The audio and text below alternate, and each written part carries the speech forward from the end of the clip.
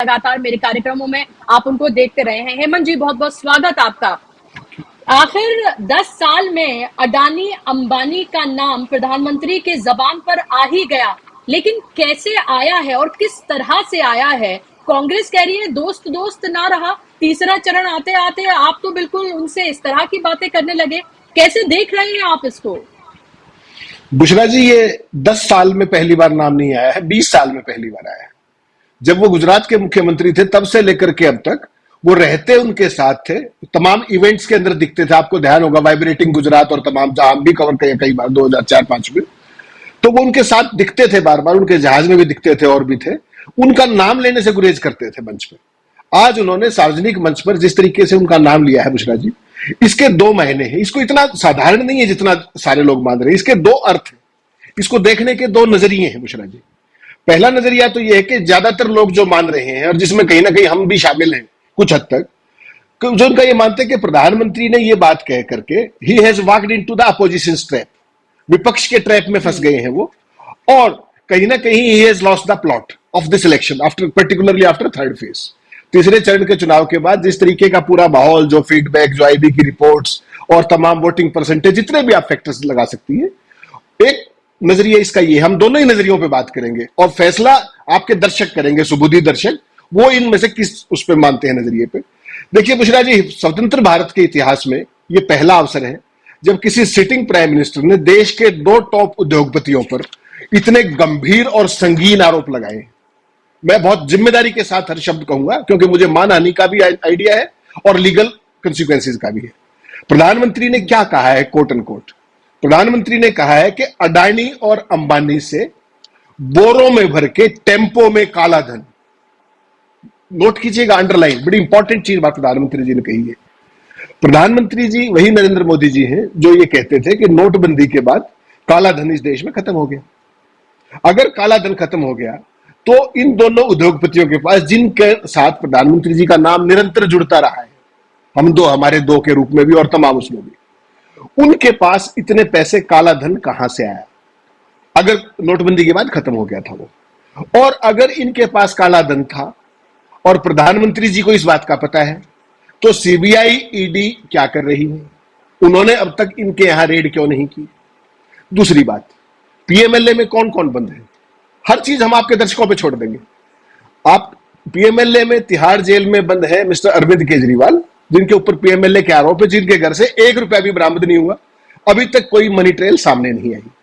Same is the case with Hemant Soren, वैसा ही case Manish Sisodia के साथ है। उन सब के यहां रेड हुई, और ऐसे नाना प्रकार के तमाम नाम हैं जिनके ऊपर ईडी की रेड हुई, सीबीआई की रेड हुई, जिनको जेल में जाना पड़ा।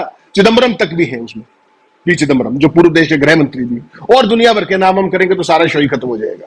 तो अगर प्रधानमंत्री जी को खुद ये पता है कि अंबानी और अडानी के पास बोरों में भर के टेम्पो में जाने लायक नोटों की संख्या है जो काला धन है, तो प्रधानमंत्री ने अब तक उनके खिलाफ कार्रवाई क्यों नहीं की? सीबीआई ईडी क्या कर रही है, या सीबीआई ईडी उनकी मान नहीं रही? प्रधानमंत्री कार्रवाई चाहते हैं और वो मान नहीं रहे। एक दूसरा, बुशरा जी, सीक्वेंस वाइज आएंगे हम, क्या क्या इसके फॉलोआउट्स क्या क्या है। दूसरा, प्रधानमंत्री जी ने आज ये बात कह करके हमारे देश में जो पॉलिटिकल फंडिंग की जो पूरी की पूरी जितनी भी आप फॉल्ट लाइन्स हैं, उनको एक बार फिर एक्सपोज कर दिया है। और आज जब वो ये बात कह रहे थे, वो ये भूल गए कि उनकी पार्टी विश्व की सबसे धनी पार्टी है। और वो धनी पार्टी कैसे है? आप लगातार उनका देख लीजिए, पूरे देश के अंदर अरबों रुपए के दफ्तर बन गए उनके, और वो इमीडिएटली नोटबंदी के बाद बनने शुरू हुए, अगर आपको ध्यान हो तो, अरबों रुपए के। और इस पे तमाम न्यूज पोर्टल्स ने तमाम सारी खबरें की। 8200 करोड़ तो केवल इलेक्ट्रल बॉन्ड से आए हैं, उसके अलावा तमाम प्रकार का चंदा, क्विड प्रो को और दुनिया भर की चीजें। तो प्रधानमंत्री ने यह कह करके वो फॉल्ट लाइन एक्सपोज की है। एक पक्ष इसको देखने का यह है।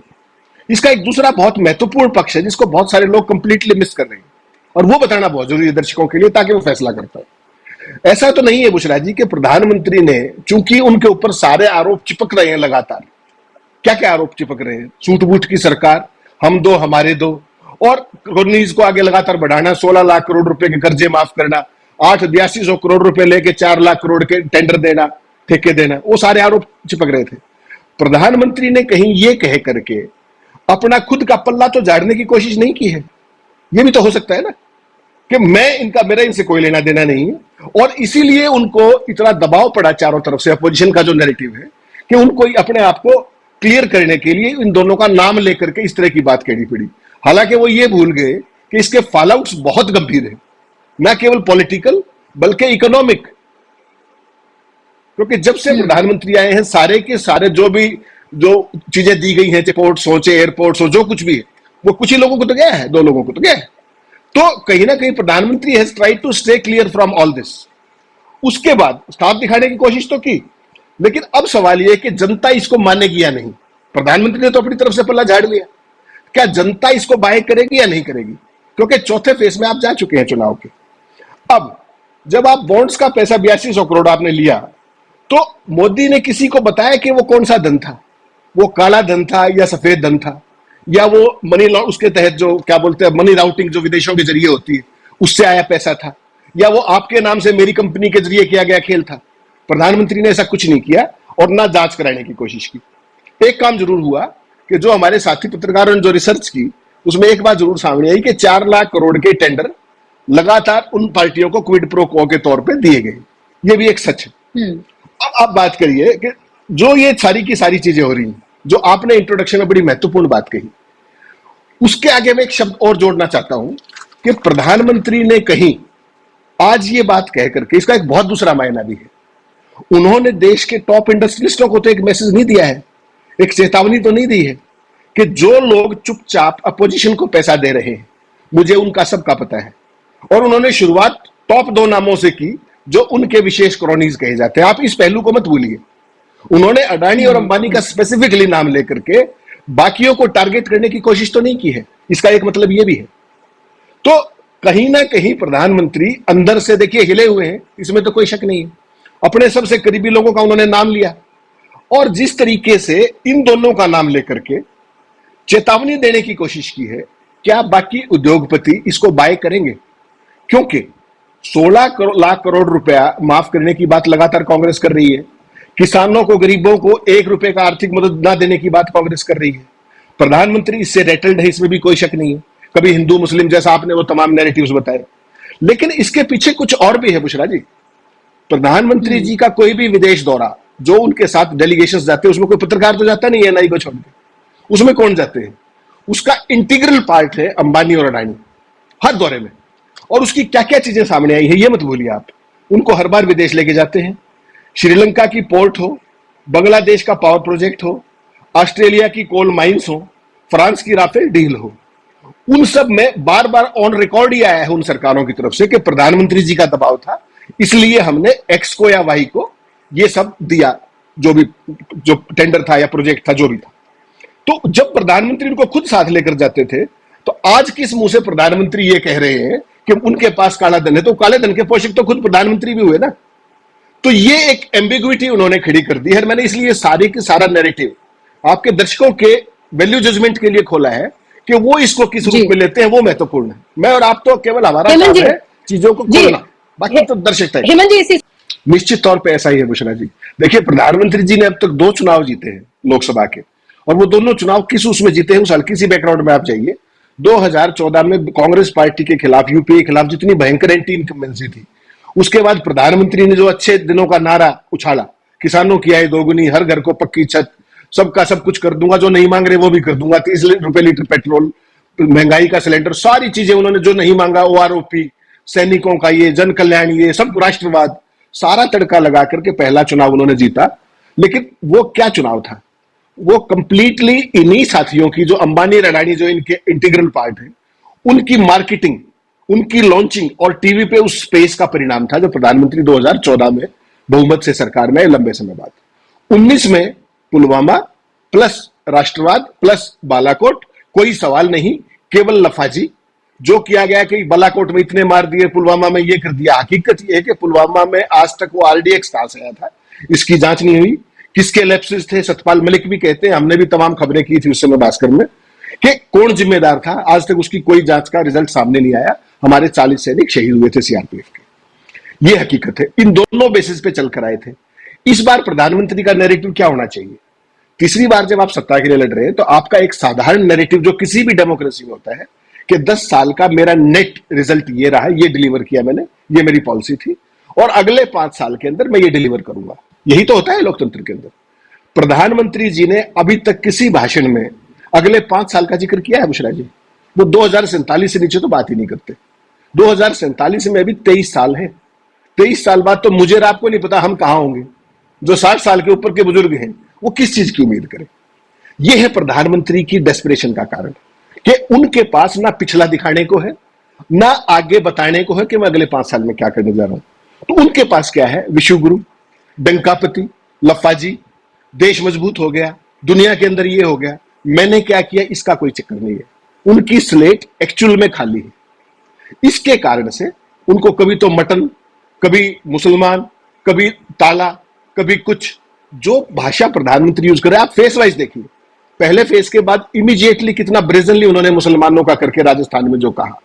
अगर दुनिया का कोई भी डेमोक्रेटिक कंट्री जो मॉडल कोड ऑफ कंडक्ट, जिसको एमसीसी कहते हैं, हम आचार संहिता, उसको मोदी कोड ऑफ कंडक्ट बनाया कि नहीं प्रधानमंत्री ने?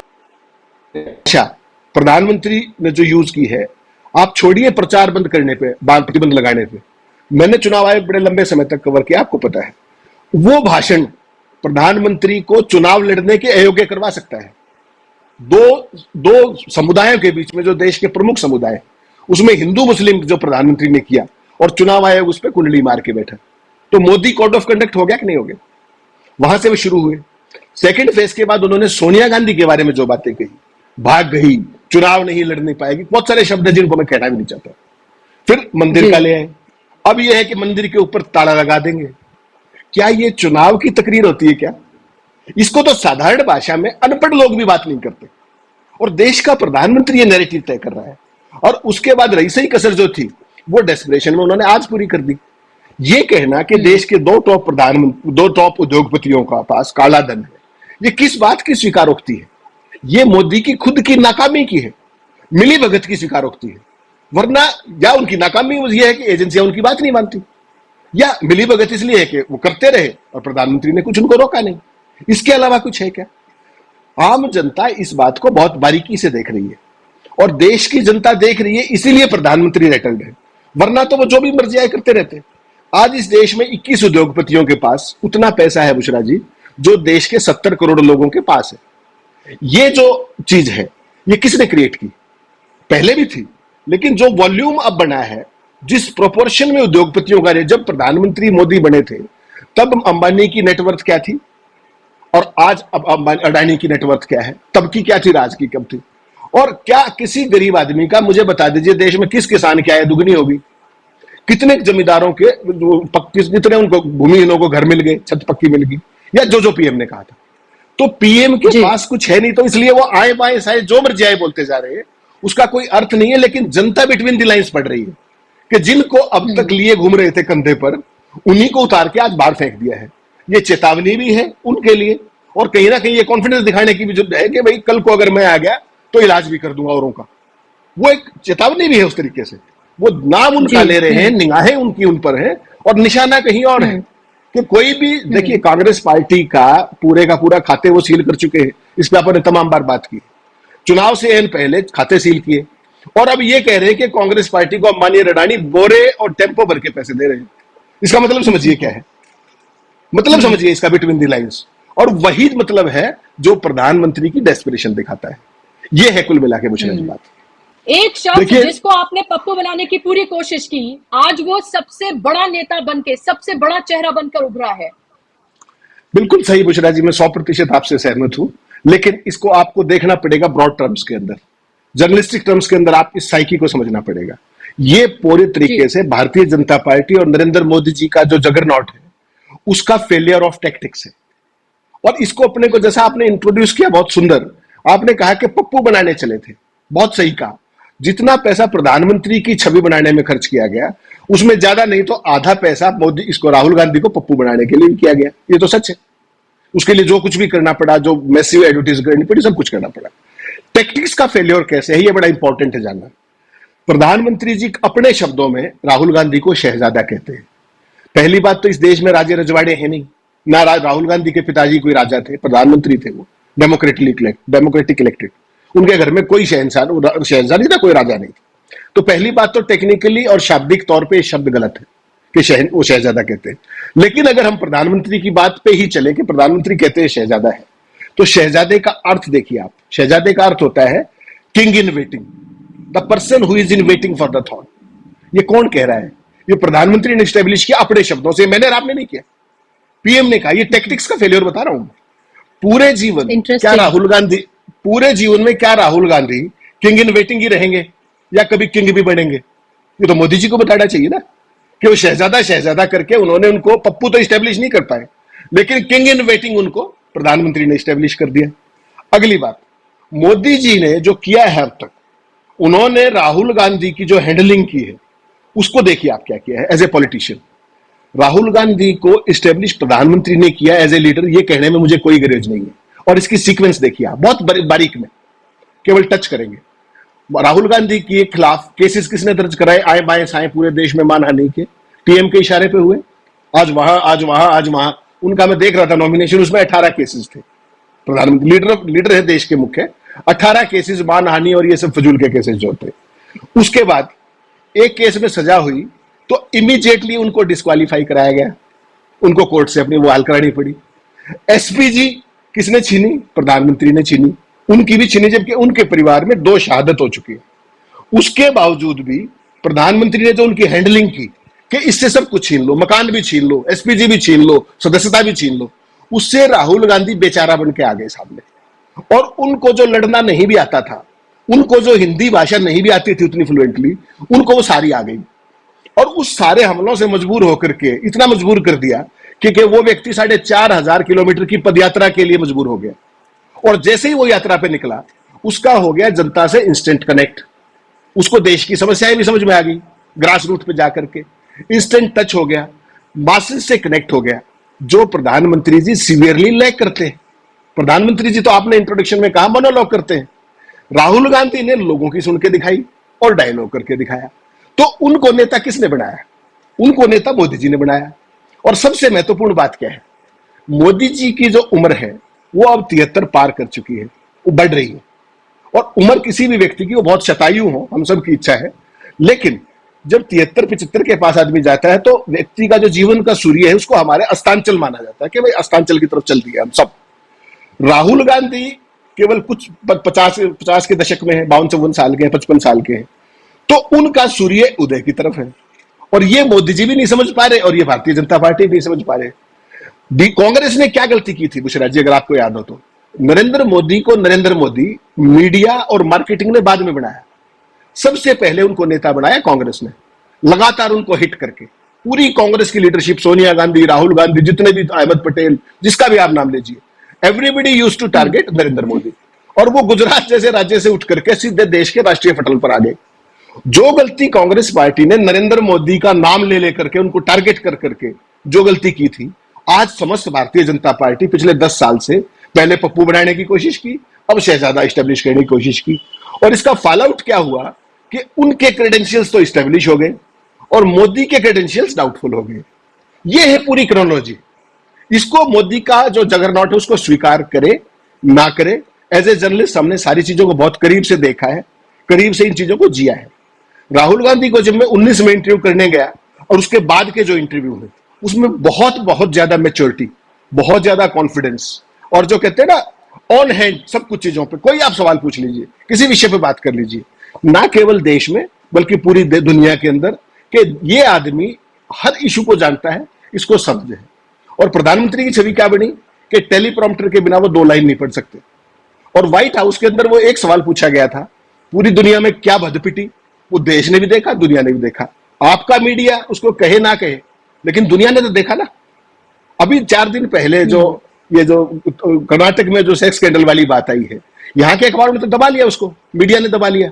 आज आप ऑस्ट्रेलिया के अखबार देखिए, दुनिया के अखबार देखिए, उनके हेडिंग इतने डेफेमेटरी है प्राइम मिनिस्टर के, प्राइम मिनिस्टर को लेकर के उन्होंने फोटो छुपे हुए।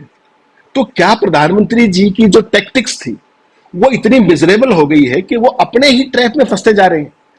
हकीकत है ये। मुझे एक बात बता दीजिए बुशरा जी, हिंडनबर्ग की रिपोर्ट आई थी, लाखों करोड़ रुपए का मिस अप्रोप्रिएशन है, अपोजिशन पार्टियों ने जेपीसी की मांग की। क्या प्रधानमंत्री जी ने जेपीसी, पूरा का पूरा सेशन बर्बाद हो गया, एक नहीं, दो सेशन बर्बाद हो गए। क्या प्रधानमंत्री जी ने जेपीसी अलाउ की? और नहीं की तो क्यों नहीं की? और आज प्रधानमंत्री खुद अपने मुंह से ये कह रहे हैं कि उनके पास बोरों में और टेम्पो में काला धन है। उसको फैसिलिटेट किसने किया? उसको संरक्षण किसने दिया? उसको बचाया किसने? प्रधानमंत्री को अब ये भी जवाब देने होंगे ना, अगर वो देने पे ही आगे। और एक गजब की बात हो, राफेल का विवाद आप देख रही है लगातार। आज से पहले प्रधानमंत्री के मुंह से आपने राफेल सुना था? आज पहली बार उन्होंने राफेल भी कह दिया, इसी धुंध के अंदर जो उन्होंने आज बात की। तो देश की जनता इस बात को बहुत बारीकी से समझेगी कि जिन सवालों पर वो कुंडली मार के बैठे हुए थे सालों से, आज उनके लबों पर वो क्यों आ गए। यही सबसे महत्वपूर्ण टेक अवे है अब तक के 3 चुनाव चरणों का। परिणाम क्या होंगे वो 4 जून को पता लगेगा। आज की तारीख में प्रधानमंत्री जी डेस्परेट है, बहुत बुरे तरीके से डेस्परेट है और अंदर से हिले हुए हैं। उनकी बॉडी लैंग्वेज भी यही कह रही है और उनका सारा सिस्टम, सारे के सारी शब्दावली उसी दिशा में जा रही है। देखिए, वैसे तो मोदी जी की माया परंपार है, उसको तो वही जान सकते हैं। उनके बारे में कोई भी भविष्यवाणी करना खतरे से खाली नहीं है बुशरा जी, और मैं आप ज्योतिषी नहीं। लेकिन जिस तरीके से नैरेटिव का जो स्तर है वो पहले चरण से लेकर के अब तक निरंतर गिरता आया है, इसकी कोई लिमिट नहीं है। और दुर्भाग्य की सबसे बुरी बात है, जो सबसे शर्मनाक बात है, वो है चुनाव आयोग की भूमिका। जिस तरीके से चुनाव आयोग को लोग RIP लिखने लगे हैं, rest in peace election commission, और चुनाव आयोग फिर भी शर्मनिरपेक्ष बना हुआ है। वो कुछ बोल ही नहीं रहा, कोई नोटिस ही नहीं दे रहा है। प्रधानमंत्री ने कुछ कहा, नोटिस नड्डा साहब को चला गया। तो देखिए, एक बात है जो सतपाल मलिक कहते थे, मुझे भी अनहोनी की आशंका है। भगवान करे कि इस देश के अंदर ये चारों चरण जो बाकी बचे हैं ये बहुत शांतिपूर्ण, सौहार्दपूर्ण ढंग से निपटे। लोग मैच्योरिटी का परिचय दें। किसी भी तरह के ये ताला और ये फलाना और ये जो नैरेटिव जो किए जा रहे हैं जातिगत धर्म के और सब, इनमें ना फंसे। देश की जनता परिपक्व है, उनको और मैच्योरिटी के साथ रो पड़े हैं, सारी बातें, सारी चीजें हो चुकी हैं। लेकिन ऑल इज नॉट ओवर। बहुत सारे उनके तर्कश के बहुत सारे ऐसे तीर हैं जिनका इशारा बहुत बार सतपाल मलिक ने संकेतों में किया है, मुझे और आपको वो नहीं करना चाहिए, वी आर नॉट पॉलिटिशियंस।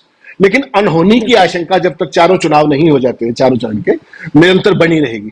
और इसमें सबसे जरूरी बात है मैच्योरिटी की, कि हम किस तरीके से इस ट्रैप में आने से देश की जनता बचे, मैच्योरिटी का परिचय दे। किसी भी तरीके की ऐसी अफवाहों में, आशंकाओं में, आपने देखा कर्नाटक में किस तरह का वीडियो चलाया गया, और शर्म देखिए आप, मतलब इससे बड़ी कोई जलालत की बात नहीं हो सकती कि कर्नाटक बीजेपी ने वो जो चलाया था ट्विटर के ऊपर, 96 लाख लोगों ने उसको देखा वीडियो को, और इलेक्शन कमीशन ने बीजेपी को डायरेक्शन नहीं दी कि इसको हटाया जाए वीडियो को। उन्होंने क्या किया, उन्होंने ट्विटर को चिट्ठी लिखी कि तुम इसको हटाओ। आपने कभी ऐसा असहाय और मैं क्या कहूं अपंग और यूजलेस इलेक्शन कमीशन इस देश की हिस्ट्री में देखा है क्या? ये है वो असलियत जिसकी चिंता हम सबको है। जो आपने कहा ना किस स्तर तक जा सकते हैं, स्तर तो कोई बचा ही नहीं। देश की मैच्योरिटी जब इवॉल्व होनी चाहिए थी, डेमोक्रेसी, प्रोग्रेसिव डेमोक्रेसी की तरफ देश जाना चाहिए था, नैरेटिव पे चुनाव लड़े जाने चाहिए, पॉलिसीज और प्रोग्राम्स पे चुनाव लड़े जाने चाहिए। हम हिंदू मुस्लिम में फंसे हुए, हम मटन में फंसे हुए, हम शहजादों में फंसे हुए। ये हम कहां, we are going to be regressive society. और मुझे तो चिंता इस बात की है कि अगर 5 साल का समय और दे दिया देश की जनता ने, फिर क्या होगा? फिर तो अब आप देख रहे हैं ना सारे का सारा नैरेटिव जिससे हम जा रहे हैं कि एक इतने बड़े समुदाय को, अल्पसंख्यक समुदाय को जितनी बेहयाई से टारगेट किया जा रहा है, एक व्यक्ति के द्वारा नहीं, पूरी पार्टी और पूरे सिस्टम के द्वारा, और सारे संवैधानिक संस्थान चुप बैठे हैं। क्या चुनाव आयोग अगर चुप था तो सुप्रीम कोर्ट को कॉग्निजेंस नहीं लेनी चाहिए थी कि प्रधानमंत्री क्या बोल रहे हैं? उनके इलेक्शन रिंग पे नहीं, मैं कहता हूं उनके चुनाव लड़ने पे बैन होना चाहिए कि नहीं होना चाहिए? क्या बात कर रहे हैं वो? बिल्कुल। लेकिन किसी को कोई परवाह नहीं है। ये सारी चीजें हैं जो कहीं ना कहीं एक स्वस्थ लोकतंत्र के लिए हम सब के मन में चिंता पैदा करती है। ये बहुत दुर्भाग्यपूर्ण। बिल्कुल बिल्कुल, जाहिर सी बात है, और ये बहुत चिंता का विषय है। और तमाम तरह के इशारे अभी हेमंत जी ने भी दिए, लेकिन उससे पहले तमाम जो पॉलिटिशियंस हैं, आपको पता है सत्यपाल मलिक से सब दे चुके हैं। और एक खतरा लगातार बना रहता है निरंतर, और ये भी कि कभी भी भारतीय जनता पार्टी जैसी पार्टी और नरेंद्र मोदी, अमित शाह जैसे नेताओं को कम आंकने की हिमाकत भी लोगों को नहीं करनी चाहिए। भले ही हमें तमाम चीजें नजर आ रही हैं, लेकिन उन्हें कम नहीं आंका जा सकता है। आपको पता है 10 साल में देश ने क्या क्या देखा है। बहुत शुक्रिया हेमंत जी इस कार्यक्रम का हिस्सा बनने के लिए, अपने कीमती